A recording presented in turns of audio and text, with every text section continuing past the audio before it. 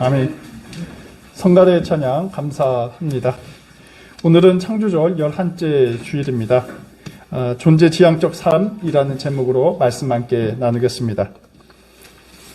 톨스토이가 쓴 글 가운데 사람은 무엇으로 사는가라는 단편이 있습니다. 1885년에 출판된 책입니다. 이야기는 이렇습니다.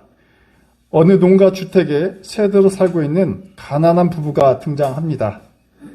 남편의 이름은 시몬으로 구도 수성공이었습니다. 어느 날 벌거벗은 나그네 미하엘이라는 사람이 이들에게 찾아옵니다. 이 부부는 굉장히 찢어지게 가난했습니다.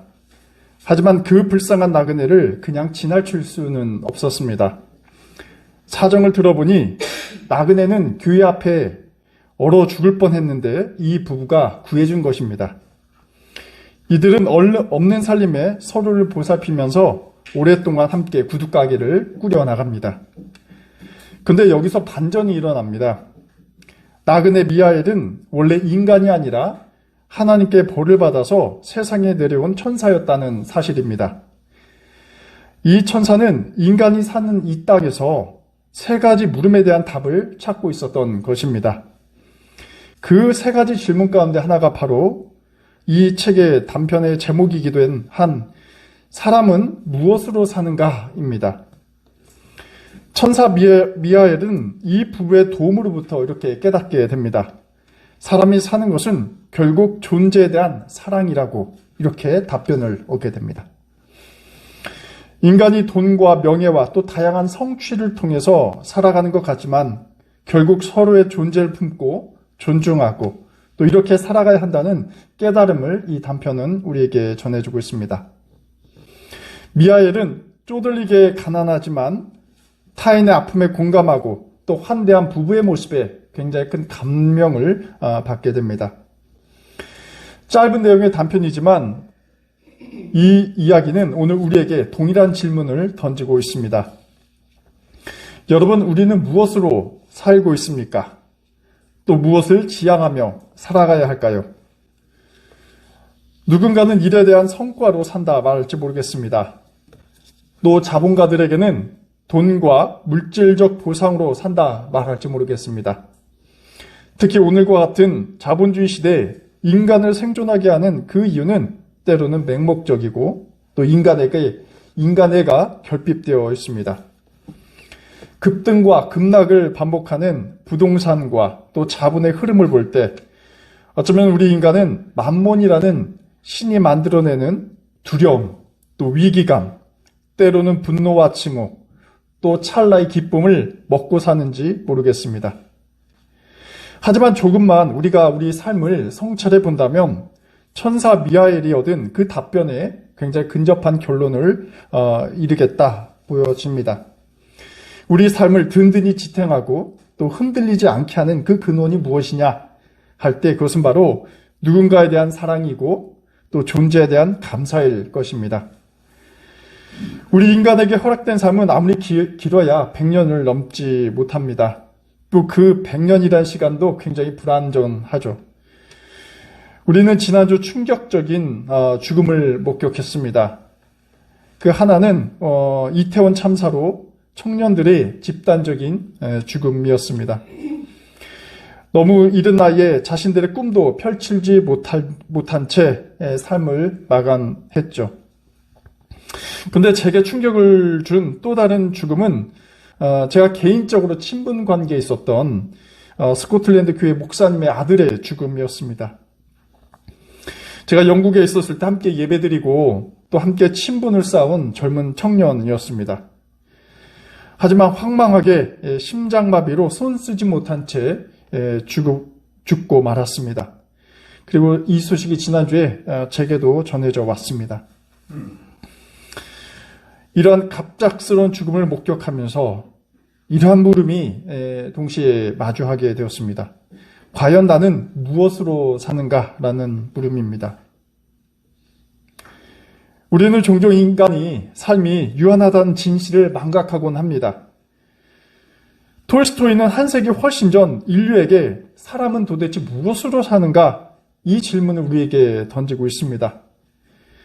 하지만 우리는 이 질문에 대한 답을 찾아갈 여유도 없이 굉장히 바쁘게 살아가죠. 아마 우리가 이렇게 바쁘게 삶을 질주하듯 살아가는 것은 언제 우리 삶이 끝나게 될지 모른다는 두려움을 좀 덜기 위한 것은 아닐까 생각해 봅니다. 오늘 아침 우리가 묵상한 말씀은 우리는 무엇으로 사는가, 또 우리는 무엇으로 살아가야 하는가, 이 질문에 대한 성서적 답변을 제시해주고 있습니다. 누가복음 10장 38절 이하의 말씀을 우리가 묵상했죠. 우리가 이 기자라는 마르다와 마리아 이야기입니다. 이 본문이 시작하는 배경은 이렇습니다.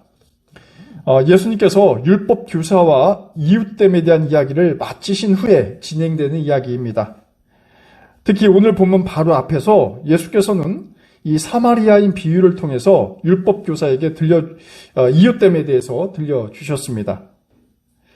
예수님께서는 사마리아인 비유를 통해서 우리가 누구의 이웃인가, 누가 우리의 이웃인가라는 질문을 던지셨다면 오늘 말씀은 우리는 무엇으로 살고 또 무엇으로 존재하는가라는 하나의 연속된 주제를 던지고 있습니다.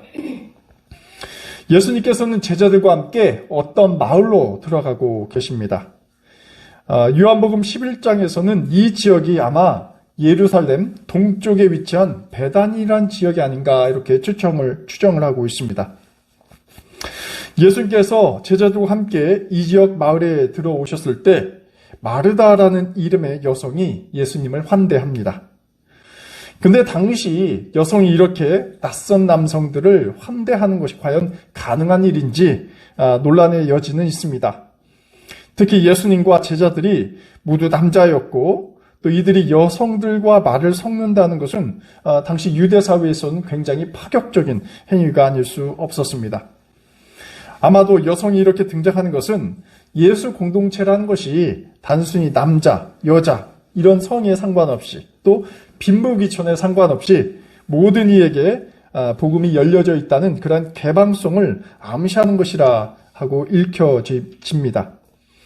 근데 오늘 이렇게 예수님과 제자들을 자신의 집에 모시고 난 후 오늘의 사건이 벌어지게 됩니다. 그 사건이란 바로 마르다와 동생 마리아, 이 두 인물 간의 태도에서 불거져 나옵니다. 39절과 40절은 이 두 자매의 모습을 이렇게 묘사하고 있습니다. 마리아는 주님의 발 곁에 앉아서 말씀을 듣고 있었고, 마르다는 예수님과 제자들에게 먹을 것을 좀 내놓고 하느냐 분주했다라는 것입니다. 마리아는 예수께서 과연 어떤 말씀을 하시나 아마 매우 호기심 있게 적극적으로 들었을 것입니다. 하지만 마르다는 달랐습니다. 그는 굉장히 분주했습니다. 성경을 보니 준비하는 일이 많았다라고 기록하고 있습니다. 예수님과 제자들에게 먹을 것을 준비해야 했으니 얼마나 바빴을까요? 또 한편으로 마르다 역시 예수님 곁에서 말씀을 듣고 싶은 그런 다급함도 있었을 것입니다. 그러니 정신을 집중하지 못하고 귀는 예수님 곁에 가 있고 또 몸은 음식을 준비할 수밖에 없는 그런 상태에 있었습니다. 마르다는 이 상황이 굉장히 못마땅했습니다. 그래서 예수님께 이렇게 당부합니다. 40절 보면 이렇게 기록되어 있습니다.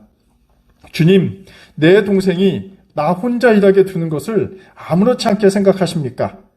가서 거들어 주라고 내 동생에게 말씀해 주십시오. 사실 당부라기보다는 짜증이 섞인 목소리입니다. 가만히 혼자서 말씀을 듣고 상황 파악 못하는 그 동생 마리아가 얼마나 얄미웠을까요? 그런데 마르다가 예수께 요청한 발언을 곰곰이 생각해 보면 세 가지 정도 아주 색다른 뉘앙스를 전제하고 있어 보입니다. 하나는 매우 분주한 가운데 자신을 돕지 않은 마리아에 대한 책망입니다. 둘째는 예수님을 향한 원망입니다. 자신이 얼마나 바쁘게 일하는데 왜 예수님께서 마리아로 하여금 돕지 않게 했냐라는 것이죠. 그래서 예수님에 대한 원망감을 이 표현 속에서 담고 있습니다. 셋째는 지금 접대를 준비하는 자신의 행동이 옳다라는 것입니다. 하지만 마르다의 생각은 곧 잘못된 것임이 밝혀지게 됩니다. 예수님께서 이 마르다에게 이렇게 말씀하십니다. 마르다야, 너는 많은 일로 염려하며 들떠 있다. 예수님께서는 분명 마르다가 음식 준비로 동분서주하는 모습을 보았을 것입니다. 하지만 예수님께서는 이러한 외적인 모습이 아니라 마르다의 내면의 문제를 끄집어 내십니다. 그것은 바로 염려한다라는 표현에서 우리가 알 수 있습니다. 이는 마르다 내면의 어떤 불안한 심리 상태를 잘 표현하고 있는 것이죠. 그리고 예수님께서 여기 한마디 더 붙이십니다. 주님의 일은 많지 않거나 하나뿐이다. 그리고 마리아는 좋은 몫을 택하였다. 보통 우리가 이 성경 말씀을 들으면 그리고 가장 많이 저지르는 치명적 오류 가운데 하나가 마르다는 잘못했고 마리아는 잘했다라는 해석입니다. 하나의 전통적인 해석 방식이라 볼 수 있습니다. 그래서 본문을 이렇게 신앙에 적용하는 경우가 다반사입니다. 우리가 신앙생활할 때 어떤 봉사나 섬김보다 우선 말씀을 들어야 한다는 그러한 판단입니다. 하지만 오늘 본문에서 예수께서는 마르다의 봉사만을 가지고 그것이 옳다, 그르다 이를 말한 것은 아닐 것입니다. 오늘 주제와 관련해서 우리가 생각해 보아야 할 것은 식사를 준비하고 안 하고의 문제가 아니라 삶의 태도가 갖는 어떤 영성적인 차원의 문제입니다. 오늘 본문에서 마르다와 마리아를 통해서 과연 우리는 어떤 삶을 살아갈 것인가, 또 어떤 삶의 가치를 선택하고 살아갈 것인가를 물어야 합니다. 특히 우리는 이 두 인간의 유형을 구분지어서 생각해 볼 수 있습니다. 성취와 어떤 성과를 중시하는 마르다 유형과 또 존재를 중시하는 이 마리아 유형입니다. 사실 예수님께서 이 마르다의 요청을 들으셨을 때 좀 상황을 좋게 하기 위해서 마리아가 음식 준비를 함께 돕도록 했더라면 더 멋진 장면이 연출되었을 것입니다. 하지만 되려 예수께서는 마르다에게 핀잔을 주십니다. 말씀을 듣지 않고 음식을 준비해서가 아닙니다. 그가 염려하고 들떠 있기 때문입니다. 이 표현은 마르다의 존재 상태를 사실 말하고 있습니다. 예수님께서 마르다가 어떤 상태인지, 어떤 삶을 아주 중요한 가치로 여기고 있는지 꿰뚫어 보고 계십니다. 마르다는 일의 성과와 그 결과적 가치에 대해서 더 중히 여기는 존재입니다. 마르다는 여기에 참된 행복이 있다고 믿는 유형입니다.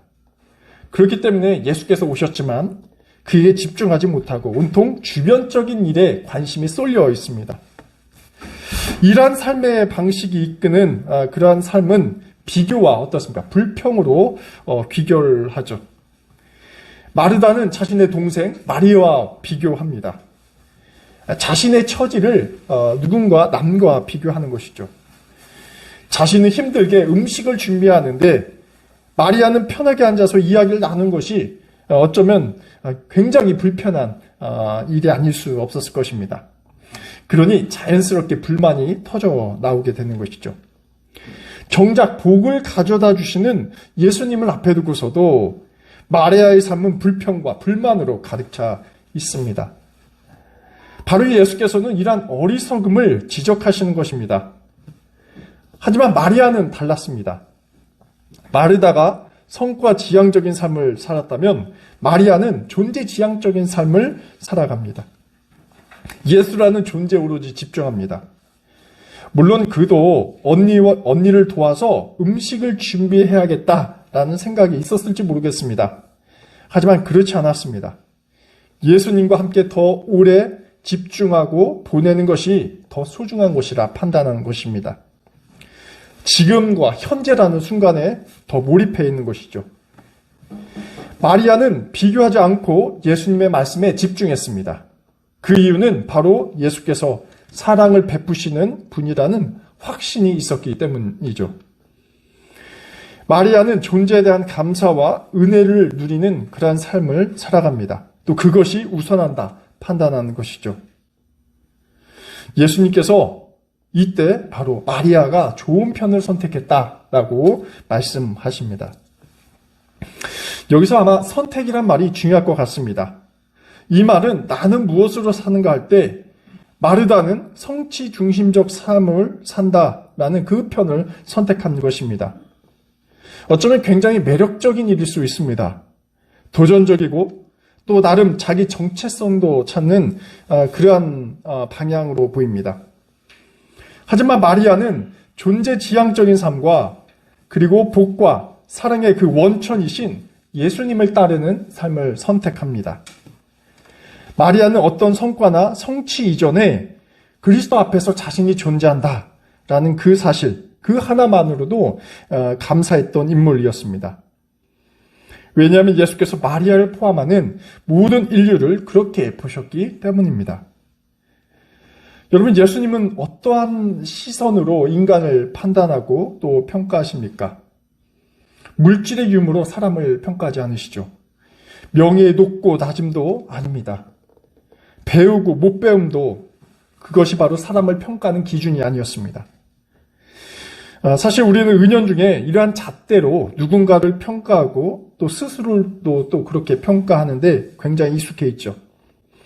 하지만 예수께서는 천한 자, 낮은 자, 높은 자, 아니면 그런 존재 자체에 대해서 그런 것을 넘어서 존재 자체에 대해서 귀하게 여기셨습니다.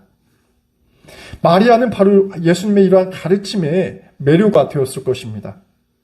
그리고 성취보다는 존재를 중시하는 삶을 살아가고 있습니다. 벌써 지난주 입동이 지났습니다. 이제 달력도 한 장을 남겨두고 있습니다. 11월은 가을에서 겨울로 계절이 바뀌는 달이지만 동시에 한 해를 뒤돌아보며 또 반성과 감사를 묵상하는 시기입니다.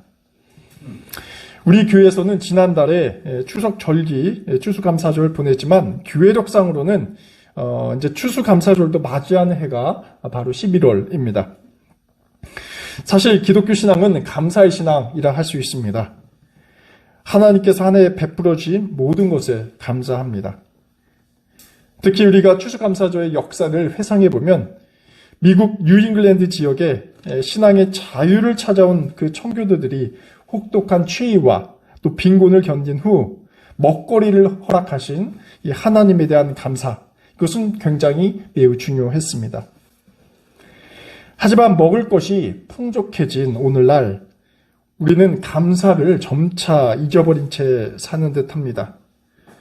이제는 성과와 어떤 소유에 대한 감사에서 우리 존재에 대한 감사로 전환이 필요한 시점은 아닐까요? 하나님께서 한 해 동안 우리에게 허락하신 물질에도 감사하겠지만 어떤 물질의 충족에 상관없이 내 존재를 강하게 하시고 또 존귀하게 해주시는 이 하나님 경험이 우리를 더욱더 행복하게 하고 또 풍요롭게 하는 것은 아닐까요? 내가 지금 이 순간 여기에 존재하고 또 함께 예배 드릴 수 있는 그 사실 자체로 우리가 감사해야 할 이유는 충분하지 않을까요? 또 이 현실 자체를 당연하게 여기지 않고 우리가 일어나는 이 특별한 삶의 기적을 느끼고 또 하나님의 은총을 깨닫는 영성이 필요한 것은 아닐까요? 지금 우리의 모습이 건강하든 그렇지 않든 또 돈이 있든 그렇지 않든 또 지식이 있든 없든 이러한 소유를 초월해서 내가 지금 이 순간에 존재한다는 인식에서 비롯하는 감사가 바로 우리가 살아갈 이유를 부여하는 것은 아닐까 생각해 봅니다. 우리에게 끊임없이 사랑의 에너지를 공급해 주시는 하나님의 은총이 다양한 삶의 자리에 있을 우리 낙산교회 교우님들께 가득하시길 기원합니다. 아멘. 기도하겠습니다. 주님, 2022년 한 해도 한 달여 밖에 남지 않았습니다. 순식간에 흘러가는 시간 속에서 저희는 무엇을 위해 살아가고 또 우리는 무엇으로 사는지 혼란스러울 때가 많습니다. 저희는 삶에서 주어지는 일에 대한 성취를 통해 만족을 얻고 또 꿈을 이루고자 합니다. 하지만 우리는 여전히 행복에 대한 갈증을 느낍니다. 남과의 비교와 불만 속에 놓인 저희 자신을 발견합니다. 하지만 당신께서는 저희가 존재하는 그 자체에 집중하라 하십니다. 염려함과 분주함으로 인해서 불안해할 것이 아니라 예수님과 함께하는 이 순간에 집중하라 말씀하십니다. 주님, 당신과 함께 있음에 감사하게 하옵소서. 저희를 소유가 아니라 존재 그 자체로 맞이해 주시고 또 품어주시는 주님의 은총에 감사하며 살아가게 하옵소서. 예수 그리스도의 이름으로 기도드립니다. 아멘.